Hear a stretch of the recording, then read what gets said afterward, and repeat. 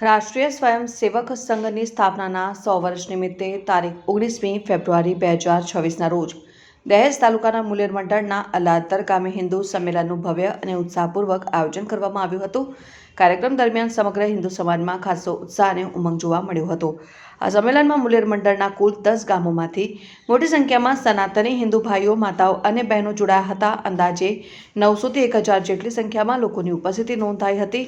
કાર્યક્રમમાં સાધુ સંતો અને સાથે સમાજની સજ્જન શક્તિ પણ ઉપસ્થિત રહીને માર્ગદર્શન આપ્યું હતું। સંત શ્રી વિજયગીરી બાપુ વિશેષ ઉપસ્થિત રહ્યા હતા। અતિથિ વિશેષ તરીકે સામાજિક અગ્રણી જયંતિભાઈ લક્ષ્મણભાઈ ગોહિલ તથા શિક્ષક હિમાંશુભાઈ ટનેશભાઈ કોટવાડિયા હાજર રહ્યા હતા। કાર્યક્રમના મુખ્ય વક્તા તરીકે ધર્મેન્દ્રસિંહ નહારસિંહ રાણા એ પ્રેરક ઉદ્બોધન આપ્યું હતું। ભારત માતા કી જય, ભારત માતા કી જય।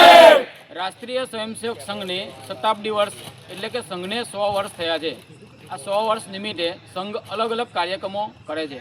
એ કાર્યક્રમોનો પૈકી આજે હિન્દુ સંમેલન એટલે કે આપણે ખબર છે કે આખા ભારતમાં હિન્દુ સંમેલનો કરતા હોય છે, તો દરેક મંડળ વાઇઝ હિન્દુ સંમેલનો કરતા હોય એવાનો આજનો એક કાર્યક્રમ એટલે કે મુલેર મંડળ હિન્દુ સંમેલન।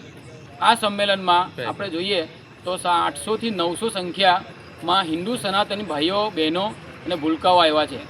આજે આપણે જોઈએ તો 8 થી 9 ગામના જે મુલેર મંડળના 8 થી 9 ગામ છે એ બધા જ ગામની ઉપસ્થિતિ રહી છે। આજે આપણે જોઈએ તો આખું વાતાવરણ એ હિન્દુત્વમય બની ગયું છે। તો સંઘ પણ એ આશા રાખે છે કે આખા ભારતમાં જે હિન્દુ જાગરણનું કામ, જે મુખ્ય કામ સંઘનું છે એ જાગરણનું કામ હવે ગતિથી ચાલે અને દરેક ગામમાં હિન્દુત્વની એક જાગરણની એક લહેર જાગે એ પ્રયાસોથી સંઘ આ સંમેલનો કરતો આવ્યું છે। અને આજનું જે સંમેલન સફળ થવાનું કારણ કે ભાઈ બધા જ ગામની એક તો ઉપસ્થિતિ 800 થી 1000 સંખ્યા જે આજે રહી છે એની એક ઉપલબ્ધિ કહેવાય।